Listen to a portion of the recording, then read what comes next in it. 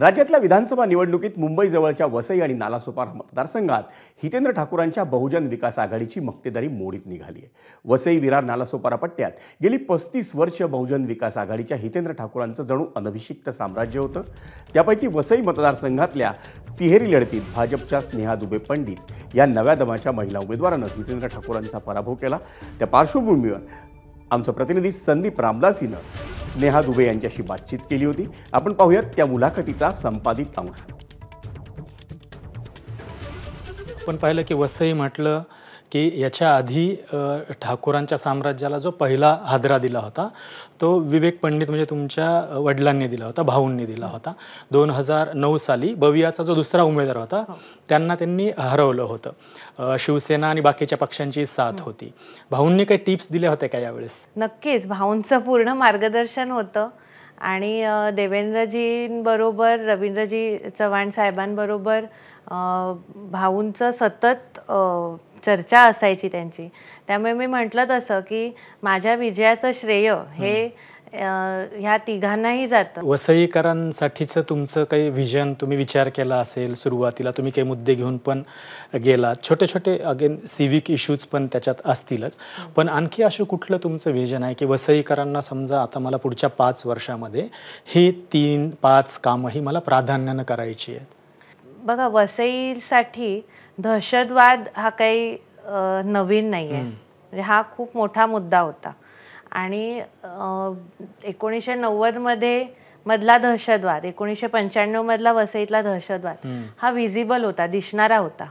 पण आत्ताचा जो दहशतवाद, ज्या दहशतवादाला आम्ही सामोरं जातो किंवा जाते आहे जनता, तो अदृश्य दहशतवाद आहे। तो लोकांना प्रत्यक्ष डोळ्यांनी दिसत नाही पण तो जाणवतो, सामान्य लोकांना जाणवतो, शहरामधल्या सोसायटीच्या लोकांना जाणवतो, व्यापाऱ्यांना जाणवतो।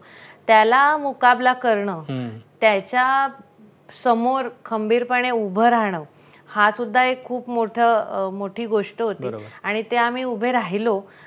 पक्ष आमच्या पाठीशी राहिला, सगळ्या वसईतल्या सामाजिक संस्था, संघटना, श्रमजीवी संघटना आणि विशेष म्हणजे वसईतली लोक ही स्वतः या निवडणुकीमध्ये उतरली, त्याला सामोरं गेली। पहिली प्राथमिकता तर आहे, मी तुम्हाला म्हटलं तसं, मूलभूत सुविधा। त्या मिळाल्याशिवाय आपण पुढचा टप्पा गाठू नाही शकत, कारण की माणूस तिथे राहतोय तर त्याचं जीवन हे सुकर झालं पाहिजे, त्याच्या मूलभूत सोयी गरजा पूर्ण झाल्या पाहिजेत। तर त्याच्यामुळे त्या मूलभूत सुविधा, पाणी, रस्ते, लाईट, ह्या मूलभूत सुविधा देण्याकडे आमची प्राथमिकता असणार आहे। आणि त्यानंतर मी म्हटलं तसं रोजगार निर्मिती, मग तो इंडस्ट्रियल हब आहे, इंडस्ट्रियल खूप मोठा झोन आहे। क्रॉफर्ड मार्केटमध्ये आज जर आपण बघितलं तर बहुतेक 90% गोष्टी ह्या वसई आणि त्या भागातल्या, बोईसर आणि वसई भागातनं बनून येतात।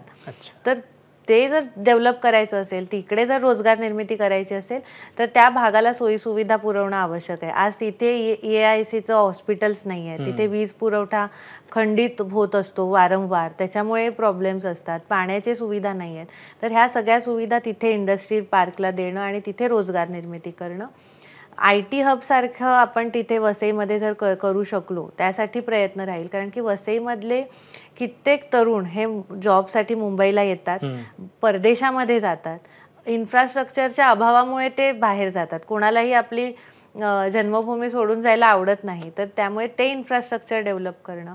वसईमध्ये वाडी कल्चर आहे, संस्कृती, वाडी संस्कृती, शेतीची संस्कृती मोठी आहे, फुलांची शेती होते, भाज्यांची शेती होते, तर त्याचा विकास करणं, त्या शेतीचा त्यांना चांगलं मार्केट उपलब्ध करून देणं।